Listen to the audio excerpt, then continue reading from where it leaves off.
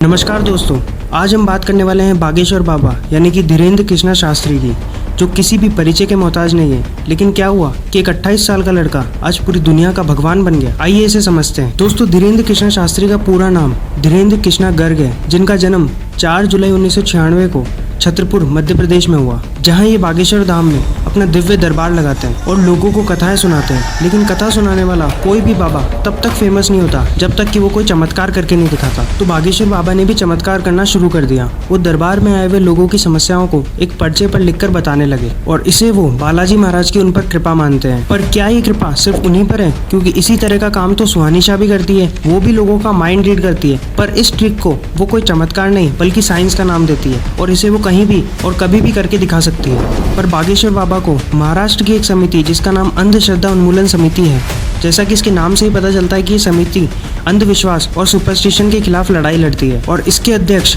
श्याम मानव, जो अपने आप को सनातनी हिंदू कहते हैं, उन्होंने जब बागेश्वर बाबा को चैलेंज किया तो वो वहाँ से भाग गए। ये बात उस वक्त की है जब धीरेन्द्र शास्त्री नागपुर जाते हैं और श्याम मानव को पता चलता है कि ये राम कथा के लिए आए हैं।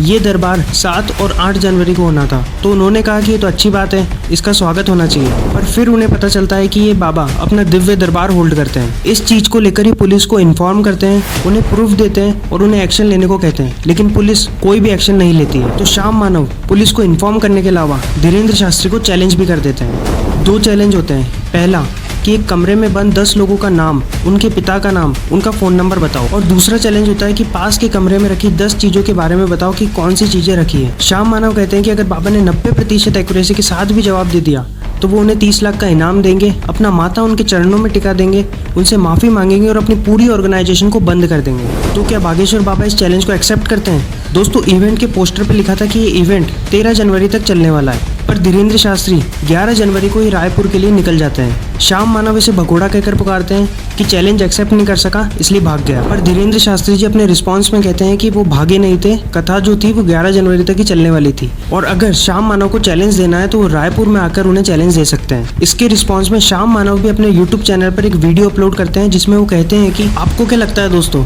मुझे लगता है कि बागेश्वर बाबा को ये चैलेंज एक्सेप्ट कर लेना चाहिए, क्योंकि अगर बागेश्वर बाबा में कोई चमत्कारी शक्ति है तो उन्हें ऐसे छोटे से चैलेंज की परवाह नहीं करनी चाहिए। दोस्तों, बागेश्वर बाबा फ्रॉड है, उनमें कोई भी चमत्कारी शक्ति नहीं है। मैं ऐसा नहीं कहूँगा, क्योंकि भले ही उनमें कोई भी चमत्कारी शक्ति हो या नहीं हो, पर उनकी एक बात बहुत अच्छी है कि वो अपने आप को कट्टर सनातनी मानते हैं और हमारे सनातन धर्म का पूरी दुनिया में प्रचार कर रहे हैं। तो दोस्तों, हमें ये नहीं भूलना चाहिए कि हमारे देश में पहले भी कई ऐसे बाबा हुए हैं जिन्होंने हमारे भगवान के नाम पर, हमारे धर्म के नाम पर कई गलत काम किए हैं। चाहे वो आसाराम हो, राधे माँ हो, गुरमीत सिंह हो या नारायण साई हो, या फिर इनके जैसे और भी कई बाबा हों जो कि लोगों के अनपढ़ होने का, उनके डर का पूरा फ़ायदा उठाते हैं। और ये किसी एक धर्म में नहीं है, बल्कि हर धर्म में आपको एक बाबा ऐसे मिल ही जाएंगे जो ये दावा करते हैं कि उनमें कोई चमत्कारी शक्ति है। दोस्तों, इसमें गलती हमारी ही है, क्योंकि हमें हमारी ज़िंदगी की सारी समस्याओं से मुक्ति चाहिए। हमें हर चीज़ बड़ी ही आसानी से और बिना किसी परेशानी के चाहिए, चाहे वो सक्सेस हो, घर की समस्या हो या कोई भी परेशानी हो, हमें उसका समाधान तुरंत चाहिए। और इसी बात का फ़ायदा ये बाबा उठाते हैं जो ये दावा करते हैं कि वो हमारी ज़िंदगी की सारी परेशानियों को